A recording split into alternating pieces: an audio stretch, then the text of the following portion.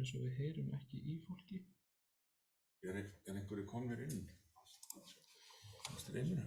Tveir allavega. Það eitthvað skrítið. Þetta lög. Rétt að fá aðeins að prófa bara hérna. Við erum ekki með hljóð. Aha. Við heyrum í ykkur. Já, flott. Takk fyrir það. Núna heyrum við ykkur, þannig að það bónus. Svona. Nú máttu bara byrja að gleða sjóðum. Gleðslegt. Já, allt í góðu. Já. Svona. Allir sjá ekki, þú kannski spyrja það hvort þú sjá ekki glæruna. Ég sé glæruna, já. Sjá þeir sem eru á streyminu, glæruna. Standa svo í púlti að þetta er Já, við sjáum glærunar. Það er komið.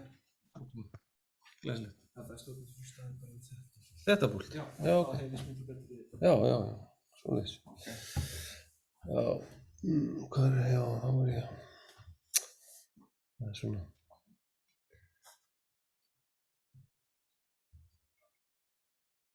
Já, góðan dag.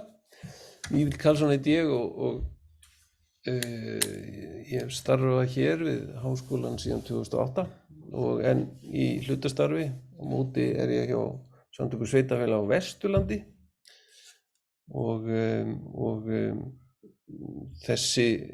þetta efni sem ég ætla að fara yfir núna í dag er svolítið komið þaðan. Það er könnun sem við höfum verið að framkvæma þar í samstarfi reynda við önnur og öll atvinnuþróunarfélög land allt ásamt Byggðastofnun og já, síðan er ég líka tengdur Háskólanum á Bifröst. Þetta var kynningin á mér en verkefni sjálft, ég þannig að venja mig við þetta, standa hér og þarna. Já, könnunin er sem sagt, þetta er könnun sem við gerum meðal fyrirtækja land allt og þetta er framkvæmt þannig að við höldum netfangaskrá yfir það sem við atvinnuþróunarfélögin teljum vera öll fyrirtæki í viðkomandi landshluta. Ég gleymdi reyndar að geta þess að Samtök sveitarfélaga á höfuðborgarsvæðinu eru reyndar ekki aðili að þessari könnun og þessu verkefni jafnvel þó þeim hafi verið boðið það, þannig að við þurfum þá að nálgast Reykjavík með öðrum hætti og til þess leituðum við til Creditinfo og fengum þar rúmlega 3000 netföng sem við sendum út á. Þannig að könnunin var fyrst, við byrjum að þróa hana 2013, við framkvæmdum hana fyrst fyrir alla landshluta 2018, síðan 19 og síðan kom högt á þetta vegna COVID og við framkvæmdum hana ekki síðan fyrir en 2022 núna í janúar, febrúar og mars. Þannig að einhverju leyti eru niðurstöðurnar hérna þá sérstaklega hvað var það væntingar auðvitað, þá vantar kannski auðvitað alvarleika stríðsins í Úkraínu. Þannig að menn verða að hafa það svona bak við eyra þegar menn túlka niðurstöður. Nú, við erum reyndar í samstarfi svokallaðar íbúakannanir sem hafa, bara svo það sé nefnt, þær hafa verið framkvæmdar síðan, þróunin á þeim byrjaði 2004 og fyrst framkvæmd á landinu öllu 2020.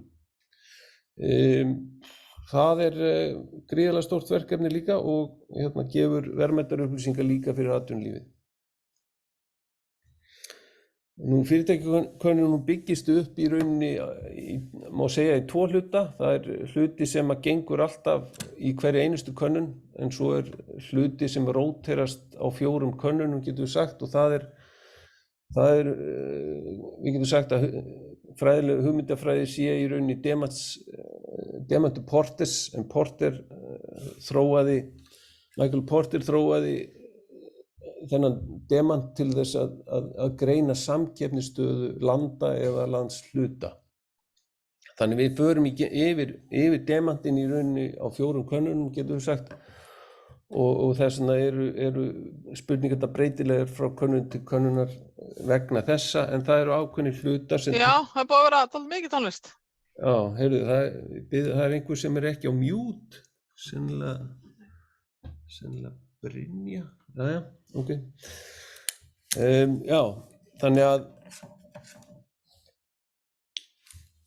já, nú man ég ekkert hvar ég var, en jú, demanturinn, þannig að, já, þessar spurningar sem eru fastar, þar eru þið meira svona að spyrja fyrirtæki út í svona hvað er framundan, hvernig sjá mig fyrir sig efnahagshorfur, sjá mig fyrir sér að ráðast í mannaráðningar eða losa sig við fólk, fjárfesta eða skala niður og svolítið þessa hluti sem er mjög mikilvægt fyrir okkur í varðandi atvinnuþróun víðsvegar landið að vita svona hvað fyrirtækin er að hugsa. Og ég mun fara aðeins yfir það, hvernig það kom út allt saman. Nú, já, það voru 1644 fyrirtæki sem tóku þátt og því miður þá voru nú ekki, að því við erum alltaf svolítið upptekin að því að greina þetta eftir landshlutum að þá einhver hluta vegna gá ekki öll fyrirtæki upp landsvæði þar sem þeir störfuðu, þannig að við gátum ekki nýtt okkur í þá greiningu nema 1563 svör. Nú, ef við byrjum á nýsköpunarhlutanum sem ég var hluti af yfirskrift þessa erindis að þá hérna sjáum við það að mér finnst ómögulegt að standa þarna, já. Þá sjáum við það að fyrst þá spurðum við tekjur af skapandi greinum og það var svolítið liður í því að reyna að átta sig á því hvað skapandi greinar væri í rauninni stór hluti af hagkerfi hvers landshluta og líka vegna þess að skapandi greinar eru illa skilgreindar í hefðbundinni atvinnugreinaflokkun. Þannig að við spurðum í rauninni alla þátttakendur að hvað miklu leyti þeir hefðu tekjur af menningu, listum, hönnun og öðrum hugverkum sem kalla mætti skapandi greinar, síðan var það skilgreint nánar þarna samkvæmt gráatextanum sem þið sjáið þarna koma fljóta á eftir og kom ekki óvart að höfuðborgarsvæðið er þarna með höfuð og herðar yfir aðra landshluta en svo það kannski helst Vestfirðir, Norðurland vestra, Norðurland eystra og Austurland sem eru svona í kringum 8-6%, já. Þetta, sem þá í rauninni landsmeðaltalið eða meðaltalið út úr könnuninni samkvæmt þessu sko. Aðrir landshlutar eru neðar. Ef við brjótum þessa spurningu upp eftir atvinnugreinum þá voru við og gátum við svo sem verið með aðra atvinnugreina flokkun og við notuðum flokkinn skapandi greinar og þetta kom hann langhæst út en síðan eru við þarna með það sem kallað er sérfræðileg og vísindaleg starfsemi er næst hæst og svo mannvirkjagerð, það kom nú reyndar svolítið óvart og maður áttar sig ekki alveg í hverju það getur legið en ég hefði haldið til dæmis að ferðaþjónustan sem er lengst til vinstri að hún hefði átt að koma betur út. Þið sjáið að ég er að vinna þarna með púnta, rautt þverstrik og bláan tígur og þið sjáið að það er merkt fámenni, fjarlægð og svartsýni og ég vildi sjá eða skoða sérstaklega þau fyrirtæki eða þáttakendur sem voru störfuð í sveitarfélögum sem voru óvinni fámenn. Líka þau sem voru óvinni fjarlæg þá með til nálægð við höfuðborgarsvæðið og síðan svartsýni og það er kannski ljótt að nota það orðið í þessu samhengi en þá klauf ég þá sérstaklega út sem voru mjög svartsýnir þegar samkvæmt spurningunni hvernig sérðu efnahagshorfurnar framundan. Þannig þið getið lesið þessi frávik með þessum hætti. Nú við vorum með spurningu aðra sem er þá þessi, að hve miklu leyti hefur fyrirtækið tekjur sem koma vegna vöru og þjónustu sem er ný. Auðvitað getur það verið svo sem bara ný innflutt vara eða vara ný á markaðnum hérlendis en ekki endilega vara sem hefur verið þróuð frá grunni hér. Þannig hún var svolítið almenn og þarna sjáum við að Vestfirðir skora svolítið hátt og þið sjáið landið alltaf þarna lengst til hægri, það er í rauninni könnunin öll og þið sjáið að þarna er ég með nýja flokkun. Þegar ég landshluta flokka svörin þá er ég með flokkana eftir 3 algengustu atvinnugreinum könnunarinnar, en það var iðnaður, verslun og ferðaþjónusta og við sjáum verslunin að vera mun hærri heldur en aðrar atvinnugreinar. En það sem voru hæstar voru reyndar auðvitað skapandi greinar, fiskeldi var frekar hátt og sérfræðileg og vísindaleg starfsemi. Nú, já, ég var að leika mér líka með einhvers konar þægilega framsögningu á því hvort hluti varu marktækir eða ekki marktækt, ólíkir, hvort að svörin væri marktækt ólík og ef að ég notaði bláa pílu þá var þetta marktækt hærra heldur en viðmiðunar atvinnugreinin, en viðmiðunar atvinnugreinin hið opinbera í hvað það varðar, en varðandi landshlutana þá það marktækt frávik frá fyrirtækjum á höfuðborgarsvæðinu. Þannig að í rauninni voru skapandi greinar í rauninni eina atvinnugreinin sem var marktækt hærri en hið opinbera og engin marktækt lægri þrátt fyrir þennan mun sem þarna sést.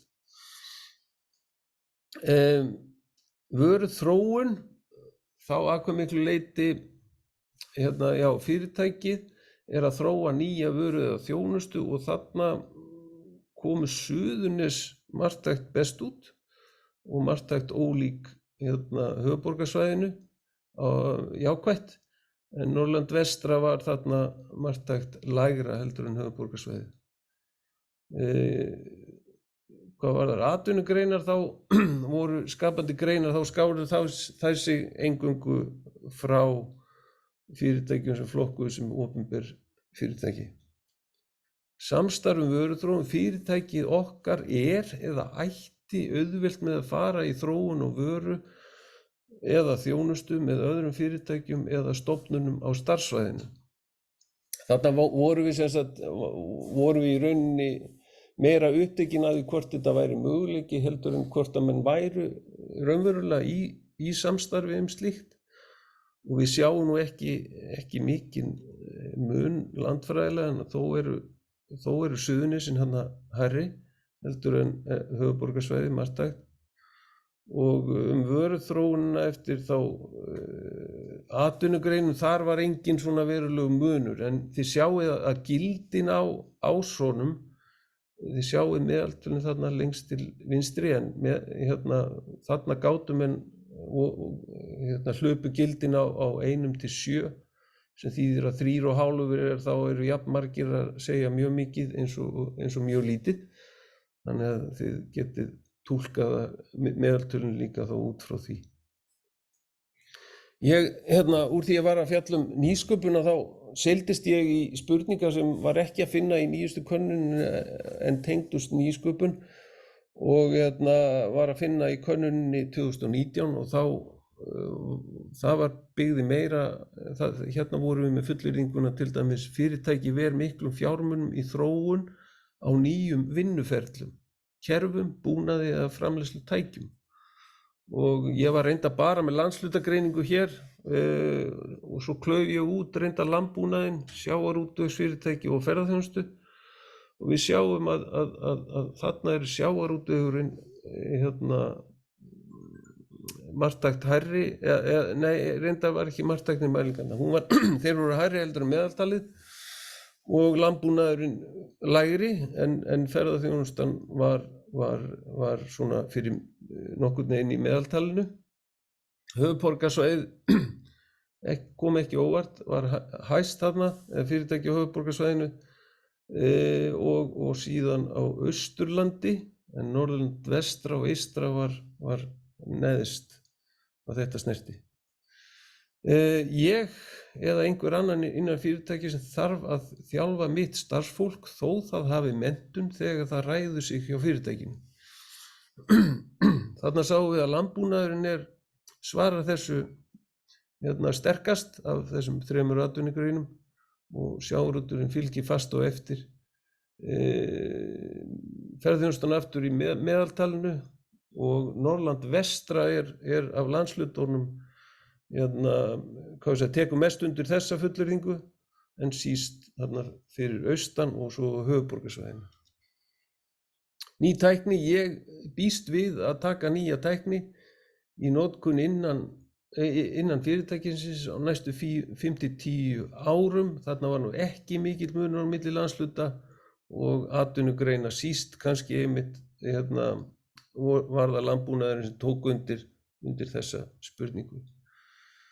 Nú, ég býst við því að tækniframfarir muni gera mér kleift að fækka starfsfólki á næstu 5-10 árum og síst tók undir þetta sjávarútvegurinn en það var ekki mjög mikill munur á milli landshluta.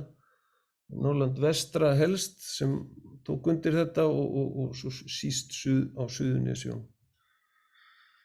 Þetta var þá það sem tengist nýsköpun og þá skulum við vinda okkur yfir í væntingarnar, en þarna getum við borið okkur saman við síðustu könnun þar sem að það eru spurningar sem ganga í gegnum allar kannanir. Það eru efnahagshorfurnar fyrst. Telur þú aðstæður í efnahagslífinu eigi eftir að verða betri, óbreyttar eða verri eftir 12 mánuði? Og ferðaþjónustan kemur þarna einna best út og marktækt, jákvæðari heldur en hið opinbera, en hins vegar landbúnaðurinn marktækt neikvæðari hvað þetta snertir.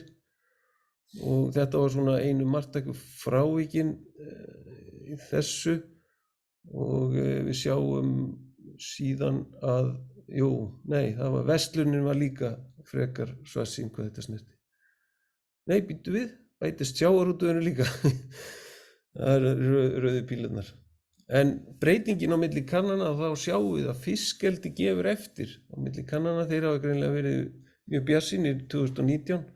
Miklu síður núna, landbúnaðurinn gefur eftir, ferðaþjónustan bætir verulega í og opinber þjónusta bætir verulega í líka. Nú, flokkum þetta eftir landshlutum þá nú eiginlega engin munur, það helst að fyrirtæki Norðurlandi vestra séu miklu svartsýnni heldur en önnur. Og breytingarnar á milli kannana það eiginlega engin breyting hjá Norðurlandi vestra en í öllum öðrum landshlutum sjáum við mikla jákvæða breytingu og því að 2019 þá COVID ekki farið að kikka en ferðaþjónustan farin að mæta þarna þrengingum bæði fyrst eftir styrkingu krónunnar og síðan fall WOW fyrir á því ári, en könnunin var framkvæmd að hausti til en WOW féll í febrúar í mannrétt 2019 þetta ár. Heildartekjurnar, þarna nú helst ferðaþjónustan sem sér fram á meiri tekjur og iðnaðurinn og breytingin á milli kannana mest hjá ferðaþjónustunni ekki að undra og fiskeldi gefur eftir og mannvirkjagerð ekki að undra heldur að hún sjái fram á bjartari tíð 2020 í samanburði 2019. Ef við skoðum landshlutanna þá Vesturlandið heldur marktækt neikvæðara heldur en höfuðborgarsvæðið, einnig Norðurland vestra og Norðurland eystra og Suðurland fellur í þennan hóp líka. Og breytingin á milli kannana var mesti vöxturinn á Suðurnesjum og Austurlandi. Það kemur ekki á óvart með Suðurnesin. Svolítið hvað Austurland varðar. Suðurland nokkuð lík Austurlandi hvað þetta snertir og þar auðvitað ferðaþjónustan stór, þannig að það skilnætt að Suðurland og Suðurnes séu þarna. En Vestfirðir og Norðurland vestra, það voða lítið breyting. Nú fjárfestingar, þarna var spurt hvort telur þú að fyrirtæki eigi eftir að bæta við rekstrarhúsnæði eða búnaði eða draga saman seglin á næstu 12 mánuðum. Og þarna sjáum við að fiskeldið er marktækt líklegra til að ráðast í fjárfestingar og en sjávarútvegur síst og marktækt og skapandi greinar reyndar líka. Býtu við og sérfræðileg og vísindaleg starfsemi einnig. Breytingin á milli kannana var mest breyting hjá opinberri þjónustu og mannvirkjagerð hvað fjárfestingar snertið, örlítið ferðaþjónusta en ekki mikið. Samdráttur hjá fiskeldi hvað þetta snertir. Ef við skoðum landshlutana þá erum við með Norðurland vestra marktækt síðra heldur en á höfuðborgarsvæðinu en Austurland líklegra heldur en á höfuðborgarsvæðinu. Annars engin munur. Breytingin á milli kannana er mest á Suðurnesjum ekki að undra og Austurlandi. Aftur koma Austfirðingar á óvart. Þarf kannski einmitt aðila þaðan til að lesa í þetta. Ég hefði haldið kannski að Suðurland myndi vera hærri hvað þetta snertir út af ferðaþjónustunni en það eru Austfirðingar. Mannaráðningar, þá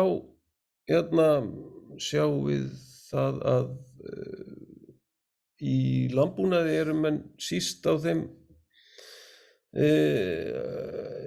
með mannaráðningar í huga og svo aftur þá sjávarútvegur en fiskeldið greinilega ætla frekar að ráðast í slíkt. Breytingin á milli kannana mest í ferðaþjónustunni og mannvirkjagerð.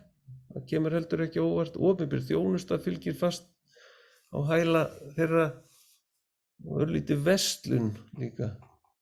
Það engin sem virðist alltaf ráðast í eina fækkun sérstaklega, ekki þegar menn skoða breytingun á milli ára allavega.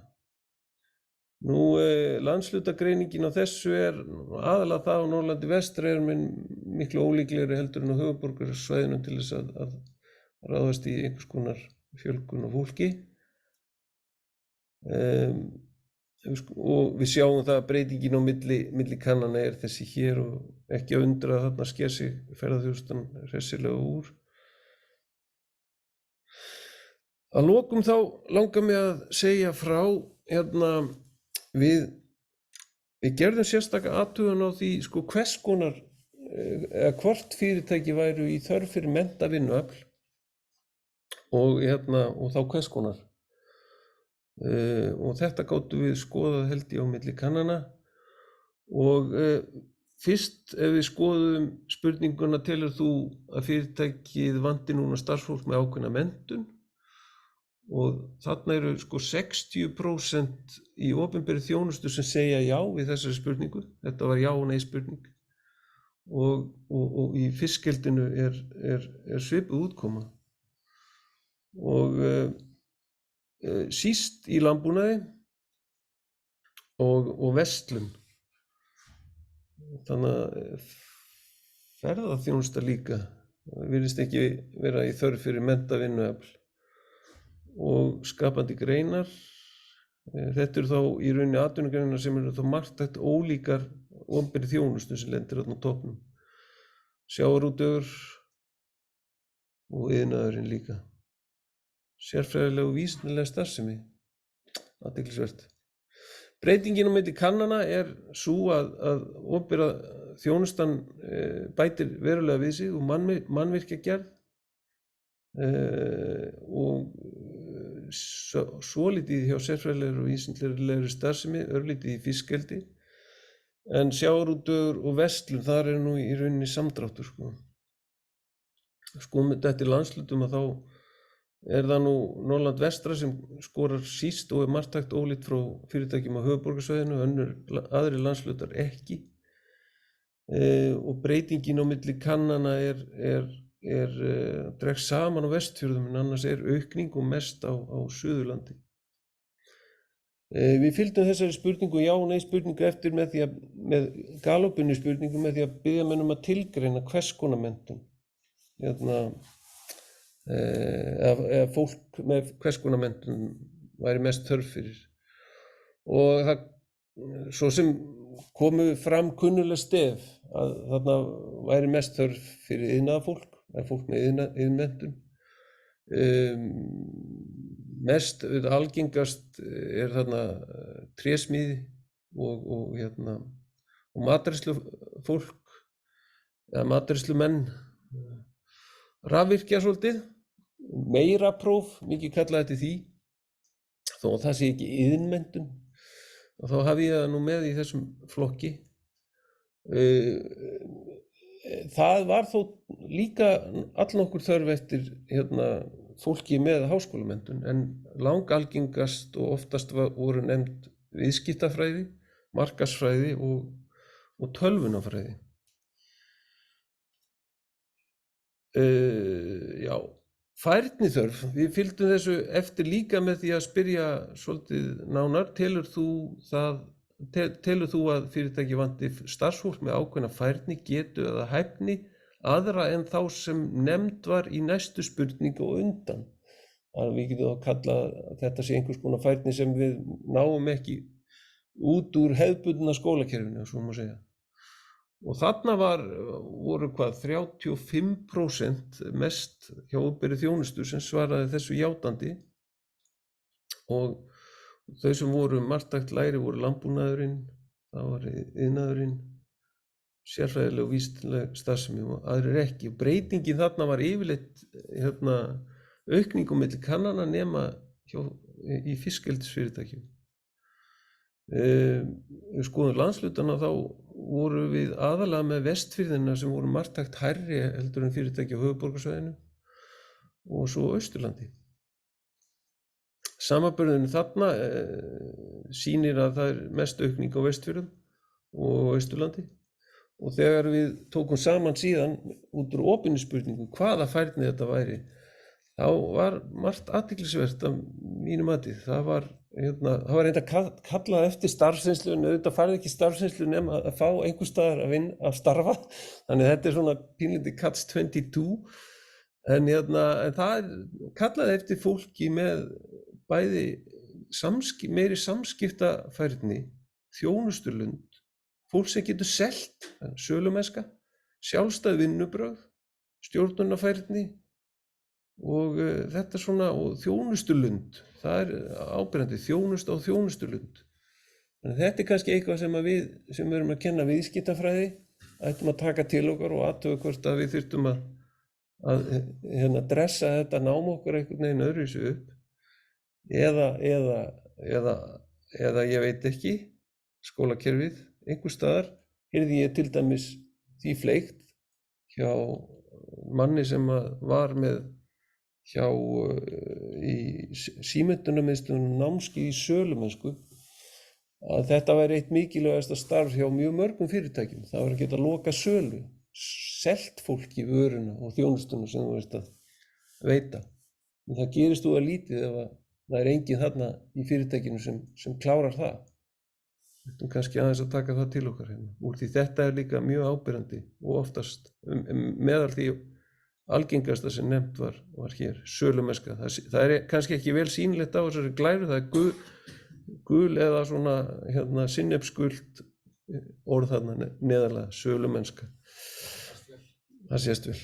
Svo hérna örlítið svona tölfræðilegt yfirlit hvernig þessi, hvað voru mörg orð nefnd í opnu spurningunum yfir menntun og færni. Það voru 158 varðandi menntun, miklu fleiri varðandi færni. Það voru þeirra sem tjáði sig í þessari opnu spurningu voru 201 varðandi menntun, 256 varðandi færnina. Þannig að þetta svona áhugavert að hafa til hliðsjónar við þetta. Að öðru leyti segi ég bara takk fyrir og Grétar farin, þannig að ég býð bara upp á spurningar ef einhverjir eru.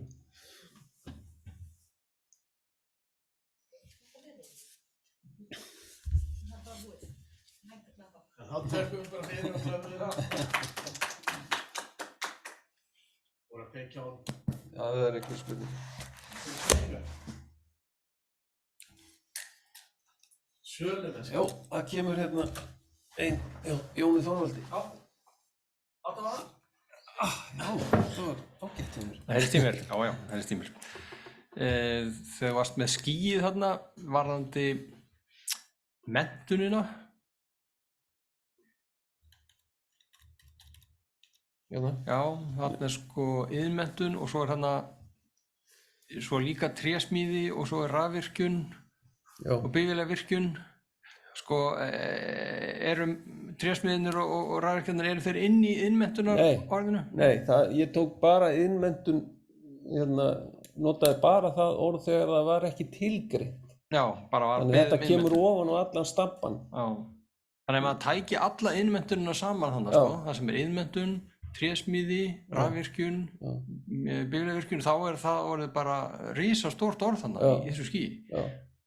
Þannig að sumuleyti sko ætti maður kannski að gera aðra flokkun þar sem að maður grúpa þetta grófar saman og sjá betur sko til dæmis samanburðin á háskólamenntun, iðnmenntun og svo þá kannski starfsmenntun sem meira próf og annað slíkt sem svona styttri fagmenntun. Þetta nú alltaf að kalla þetta fagmenntun, starfsmenntun.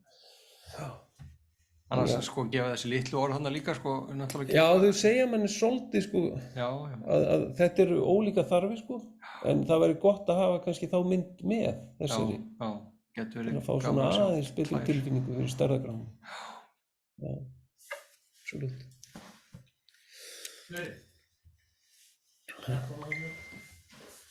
Tilbúin? Halló. Já, heyrist, já. Já, sæl Jóhannes Geir, Sigurgjusen heiti ég. Það sem ég ætla að spyrja út í að varðandi rannsóknir og þróun. Já. Mér finnst svona að maður að skoða svona erlend rit í fyrirtækja þróun og öðru slíku og berða saman sem hér að það eins og við höfum aldrei náð því almennilega að setja þetta inn í okkar reikningshald og sem kannski endurspeglast á inn í rannsóknum hvað fyrirtækin í raun eru að verja til þessara þátta. Ef að til að mynda sko, eins og sjávarútveginu, það sem er búið að eyða eða verja alveg gríðarlegum fjármunum síðustu 2 áratugina í rannsóknir og þróun en endurspeglast þetta nógu vel. Já, góð spurning. Það er alveg rétt, ég starfaði nú í 6 ár við mitt bókhald á fyrirtæki eftir, það er nú langt síðan undir 84 til 91. Það er alveg rétt, það var allavega engin hugsun þá að halda utan þessa hluti og þú ert væntanlega að hugsa það hvort að við gætum spurt sko hvað menn væru að eyða miklum fjármunum í þetta. Ég held að það sé mjög erfitt að ná því út og það var þess vegna sem við fórum með þessa spurningu huglægt út að spyrja með þessum hætti. Og hún er auðvitað mjög erfitt við getum sagt að það er hægt að bera hana saman, við getum borið saman á milli fyrirtækja væntanlega, en þetta er alltaf huglægur mælikvarði, það er svolítið erfitt. En það sem gæti orðið til þess að bæta þetta núna er að það er hægt að sækja endurgreiðslu fyrir þróunarkostnaði í dag. Þannig væntanlega nú man ég ekki hvað það hefur staðið yfir lengi, væntanlega eru fyrirtækin þá að halda betur utanum 2016. Þannig að það væntanlega þetta í miklu betra standi, þannig að maður gæti vonandi í næstu könnun farið að spyrja eitthvað svona þessa hluti og biðja menn að kvantifísera. Hættan samt er alltaf sú þegar við erum alltaf að glíma við að halda upp í þáttökunni í svona könnunum, ef menn fara að spyrja konkrétt fjárhæðir, þá er hættan sú að menn nenni ekki að fara að gramsa, leita eftir þessu og annaðhvort sleppa því að svara spurningunni eða hætta að svara könnuninni þegar kemur þessari spurningu. Þannig það er líka ákveðin freistnivandi að halda, þessu huglægt áfram. En kannski fjórða hvert ár að spyrja fjárhæð og athuga hvernig það kemur út. Og sjá hvernig það kemur. Þannig já, það horfir til betri vegar, skulum við segja, þessi svarið til þín þetta. Að fyrirtæki haldi betur utan þetta. Því nú er hægt að fá styrk eða skattaafslátt fyrir þróunarstarf í fyrirtæki. Ég mætti það ekki. Kannski fylgja þessu eftir með annarri, endur ekki beint fylgja eftir, ekki áhyggjuefni hvernig landbúnaður kemur út í þessari könnun? Þar sem að kannski væri mikil þörf núna, það tækifæri kláruð þar, en það virðist ekki vera mikil bjartsýni eða áhugi að takast á við það í samkvæmt könnuninni. Nei, sko, já. Þarna í þessari könnun, og núna kannski síðustu 2 kannanir, þá var allavega sérstaklega sauðfjárræktin var búin að fá svona svolítið mikið af erfiðum signalum frá markaðnum. Það er þetta lækkun á afurðaverði og sérstaklega svona tækifæri sem sá tíma í útflutningi gufuðu nánast upp eftir að krónan styrktist svona hressilega þegar ferðaþjónustan fékk vind í seglin og þannig að landbúnaðurinn hefur fengið svona svolítið mikið af neikvæðum fréttum. Þannig að maður verður aðeins að hafa það í huga þegar maður les út úr þessu, en það er alveg rétt hjá þér. Auðvitað hefur maður áhyggjur af landbúnaðinum og kannski hefur haft lengi, sérstaklega sauðfjárrækt. En það eru klárlega tækifæri bændur, svolítið líkt og kannski fólk í sjávarútvegi. Þetta er á vissan hátt svona, án þess að það sé endilega algjörlega neikvætt, að það er mikil íhaldssemi í atvinnugreininni, þannig að það tekur greinilega svolítið tíma að beina sjónum að tækifærum eins og til dæmis í garðyrkju sem eru klárlega fyrir hendi. Þar er allavega að sjá fram á vaxandi markað og sem er yfirleitt gott að stíga inn í ef maður vill hasla sér völl á nýju sviði og maður fær endalaust fréttir af sínu starfssvæði af þeim sem hafa stundað garðyrkju, meira að segja á Vesturlandi, í Dölunum, fólki sem hefur verið að prófa þetta og þetta er bara að gefa góða raun, sko. Og meira að segja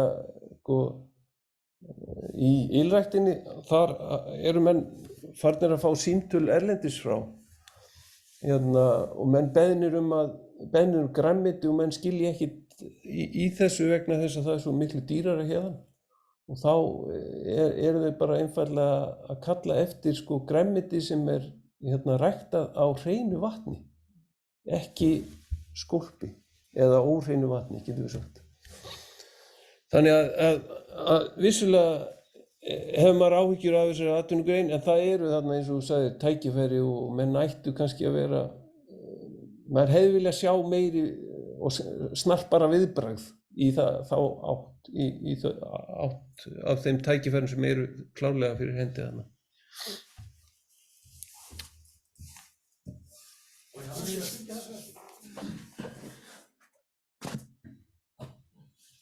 Bara svona hugsa uppátt í framhaldi af þessu, ef þú átt heima á einhverju jörð, einhverju bíli og þú ert nýsköpunar svona fengjandi, er þá ekki líklegt að nýsköpunin kannski fari út úr landbúnaðinum? ef þú ferðir það að bjóða upp á hestaferðir til dæmis eitthvað svona, ertu þá ekki komin yfir í atvinnugreinina ferðaþjónustu? Þannig að þótt þú sért innan landbúnaðarins og sért með nýsköpun, þá er hún ekki lengur flokkuð í landbúnaðinum, þótt þú sért kannski í grunninn bóndi, sko. Eða þú ferð í bjóða gistingu eða eitthvað skrattan, sko. Jú, þetta auðvitað, já, þarna reyndar, sko, þessi atvinnugreinaflokkun auðvitað grundvölluð á í rauninni hvernig þáttakandinn sér sjálfa sig, sko. Hann beðinn að skrá þá atvinnugrein sem hann hefur mesta tekjur af. Þannig að jú, vissulega, sko, geta menn fljótlega dottið út úr því að vera í sauðfjárrækt sérstaklega, því þar eru litlar tekjur, yfir í það að selja gistingu eða annað sem tengist ferðaþjónustu, og þá eru menn kannski farnir að skilgreina sig og sjá sig í allt öðru ljósi og einmitt merkja þá frekar við ferðaþjónustu heldur en landbúnað. Þannig í þessari könnun kannski einhver leyti, sko, dulin velgengni, dulin nýsköpun í landbúnaði. Við ættum kannski frekar einmitt að vera að tala landnýtingu, það væri áhugavert. Því að landbúnaður í sinni hefðbundnu mynd auðvitað bara eitt form af landnýtingu og hvernig fólk kemst af vítt og breitt landi. Já, má ég koma einu spurningu? Ég heiti Sesselja og framkvæmdastjóri hjá Eymi, sem nýsköpunarverkefni. Mér langaði að spyrja aðeins út í mjög svona áberandi Norrland vestra og svo Austurland, þú veist, svona kannski, og ég heyrði áður að Austurland kannski kom stundum á óvart. Stærðin á fyrirtækjunum sem var að taka þátt í könnunni, hefur það heldur að það hafi einhver áhrif á þessar niðurstöður? Jú, það auðvitað, sko, það bara mjög áhugaverð pæling. Ég var reyndar ekki með í þessari könnun stærð fyrirtækisins. Ég hefði reyndar geta vigtað, nei, ég var ekki með það. Sko, í einni útgáfu af þessari könnun þá var ég bæði með fjölda starfsmanna og veltu og aðalega það tvennt sem ég hefði getað notað til þess að vigta og sjá hvort að þetta hefði einhver áhrif. En það var ekki í þessari útgáfu könnunarinnar. Þannig vissulega, sko, þetta eitthvað sem maður þyrfti kannski líka að velta fyrir sér og hefði áhrif þarna. Og kannski þyrfti maður alltaf að vera með einn parameter sem svona stærðarparameter fyrir í öllum þessum könnunum til þess að fá betri mynd á þetta. Það rétt. Nokkuð spurningar á streyminu? Já, einhver á streyminu með spurningu spurt. Er það tjattið þá? Held að, já. Þeir voru á hljóði á hann. Já. Þá er þetta bara komið. En sýnir þetta ekki bara að það er að efla innmenntun í landinu? Jú, við reyndar sko, það hefur verið ráðist í átak frá ýmsum hagsmunaaðilum. Við hjá landshlutasamtökunum höfum til dæmis minnsta þekki ég til í 3 landshlutum höfum ráðist núna síðustu 3 ár í átak hvað þetta varðar og það hefur haft áhrif. Sko. Við höfum verið með svona sérstakt kynningarátak fyrir nemendur í 10. bekkur sem síðast í núna. 10. bekk möguleika til innmenntunar á Vesturlandi og annars staðar á landinu. Þannig að já, örugglega sko, en svo höfum við verið sko að reyna að leysa þetta með því að flytja fólk inn en það bara sér ekki högg á vatni sko. Þetta er bara... Það vantar sko námspláss sem Akka á Austur, það er kett sumt. Nei. Það kannski heyrir ekki í það sem þú ert að segja.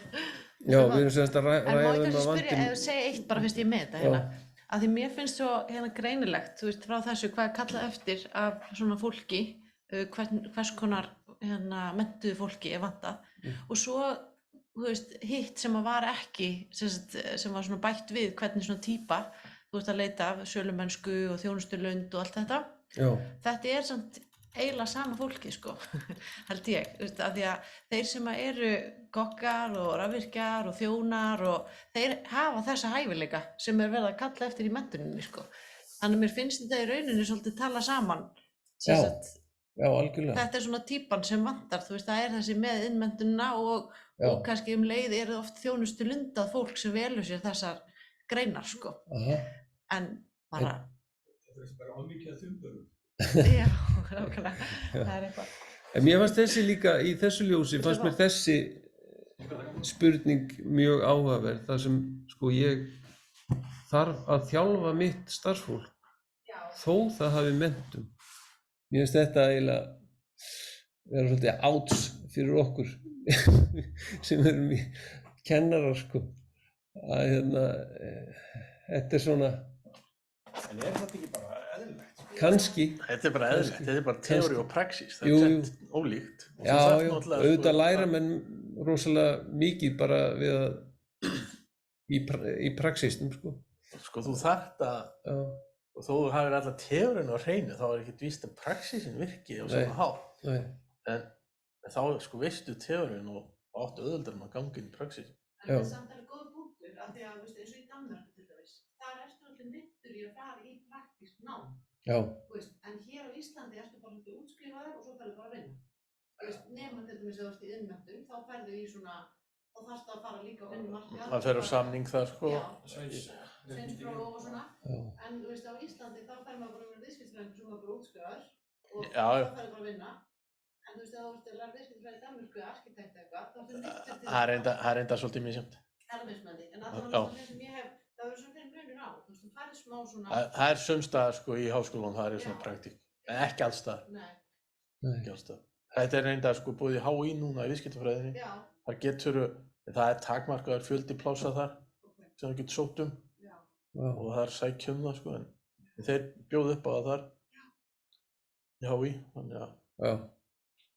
Það hefur aðeins verið kallað eftir þessu sko hjá okkur í þessum könnunum. Já, en sko svo er náttúrulega eigum við plássin fyrir þetta og eru fyrirtækin tilbúin í þetta. Já. Og er þetta lítið á þetta sem ódýran starfskraft eða mætur bara þarna í fyrirtæki og átt að gera eitthvað bara svona sem þú lærir eiginlega ekkert á, bara sem ódýran starfskraft eða ferðu eitthvað út úr því. Mér er samt athyglisvert sko að sjávarútvegur og landbúnaður skuli vera þarna hátt fyrir ofan sko og aðalega landbúnaðurinn. Það er náttúrulega sko í landbúnaðin þá gerir hver og einn hlutinn á sinn hátt og það er náttúrulega að kenna það sko. Já. En ég held samt sko, mín skoðun svo að það er alveg hægt að nýta starfskraftin betur. Ég meina, krakkar sem eru í 9. bekk í grunnskóla, þeir fara í svona starfsreynslu á kúrs í grunnskóla sem þeir fá að fara inn í fyrirtæki og prófa að vinna. Og ég hef alveg sjálf rekið fyrirtæki og líka farið í starfsreynslu þegar ég var 9. bekk.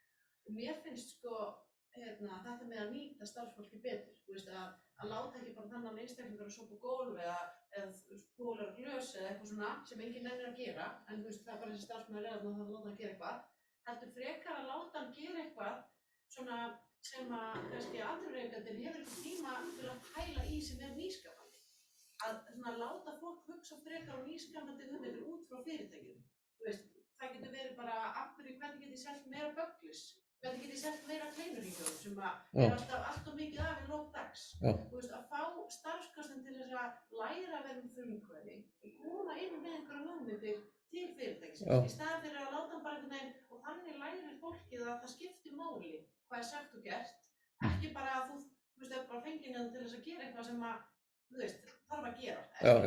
Og en mér finnst það svona, mér myndi finnast það mjög skemmtileg nálgun bæði fyrir grunnskóla að segja, þú veist, í rauninni skiptir máli hvað þú segir, hvort sem það er að laga starfsmannaaðstöðuna þannig að öllum líði betur, eða selja meira af einhverju, eða bara laga af hverju kemur alltaf röð fyrir framan hér. Þannig að fólk þurfa að hugsa og jafnvel að gera verkefni og þá er þetta einhvers virði, bæði fyrir starfsfólkið og fyrir nefnum. Þetta er líka góð munir á teóríun og praxís, sko. svona viljum við helst hafa það í teóriunni en svo hvernig það í praxís? Af því að hann að læra skilur framleiðslu, hann að læra birgðakvót og hann að læra allt þetta sem hann kannski fær ekki að gera á þessu stigi innan fyrirtækis, þú veist. Já. Já. En svona að því að þið sjáu ferðaþjónustuna þarna að hérna í íbúakönninni sem við gerum líka mjög mikið og þá spyrjum við hvar hérna fólk starfar og svo endurmenntun og þessu og það hérna kom mér illa óvart að ferðaþjónustan í ferðaþjónustunni er mér lang ólíklegasti til þess að sækja sér endurmenntun. Það hérna finnst mér svolítið vont sko að hérna menntunarstigið er einna lægst þar líka og að þessi atvinnugrein sem að okkar helsti vaxta að hérna að þetta skulle vera svona. Heyrðu en takk fyrir komuna, þetta var gaman. Já, klukkan Þá mættu góða mynd.